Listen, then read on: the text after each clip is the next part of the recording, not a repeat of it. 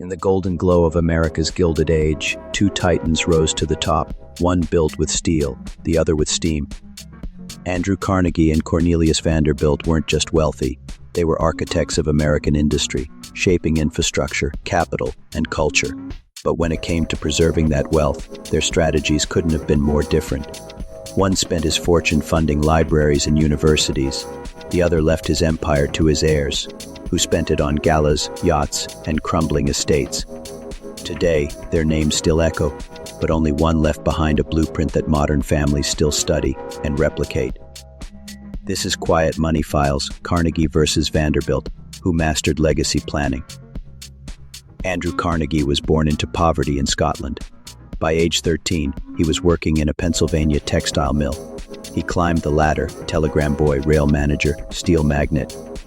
By the 1890s, Carnegie Steel was the largest steel company in the world. And when J.P. Morgan bought him out in 1901 for $480 million, that's over $13 billion today, Carnegie became the richest man alive. Cornelius Vanderbilt started even earlier and rougher. Born on Staten Island in 1794, he began ferrying goods across New York Harbor with a single boat.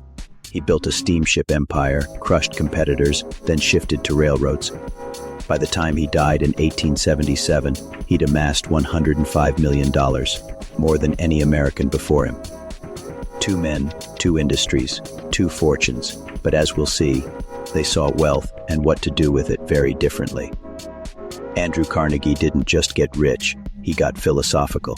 In his famous 1889 essay, The Gospel of Wealth, he wrote, "The man who dies rich dies disgraced." To him, money wasn't just personal, it was a public obligation. So he gave it away. 2,500 libraries, Carnegie Mellon University, the Carnegie Corporation, over 90% of his fortune. But he wasn't soft. Carnegie rejected handouts. He believed in helping the deserving poor, those who'd help themselves if given the tools. Cornelius Vanderbilt, different gospel. His view, money was for family and power. He donated just 1% of his wealth publicly to found Vanderbilt University. The rest went to his son William with one instruction: keep the money together. No public crusade, no libraries, no legacy of giving. Just dynastic ambition and the Gilded Age lifestyle to match. When Carnegie planned his estate, he didn't just think about taxes. He thought about timeless impact. He set up perpetual trusts. He launched the Carnegie Corporation of New York, endowing it with $125 million in 1911. Only 5% of his wealth went to family. The rest, structured to outlive him. And it has. His foundations still manage over $3 billion today. Now contrast that with Vanderbilt.